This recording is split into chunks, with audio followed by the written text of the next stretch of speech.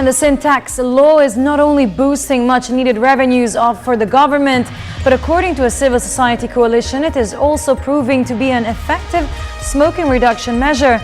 This report by Ramirez. Last year, the Bureau of Internal Revenue has collected a total of 51.5 billion pesos of incremental revenue from products with sin taxes, such as alcohol and cigarettes, far greater from the 34 billion pesos projected incremental revenue from the same year.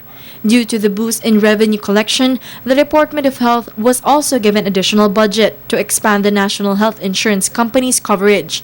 As part of the government's Universal Healthcare Program, the DOH was able to enroll 14.7 million less fortunate families to PhilHealth, compared to only 5.2 million less fortunate families in 2013.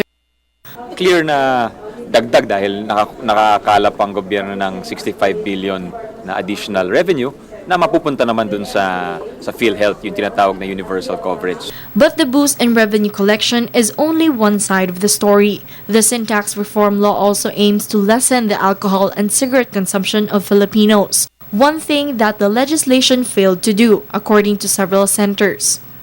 But according to Health Secretary Ona, it's still too early to say if the law is successful in reducing the cigarette consumption of Filipinos. He also added, according to initial surveys done in specific areas, there's a certain degree of decrease from the weekly cigarette consumption of some individuals. During the committee hearing, it was also determined that there is a deficiency of programs and projects for tobacco farmers affected by the sin tax reform law.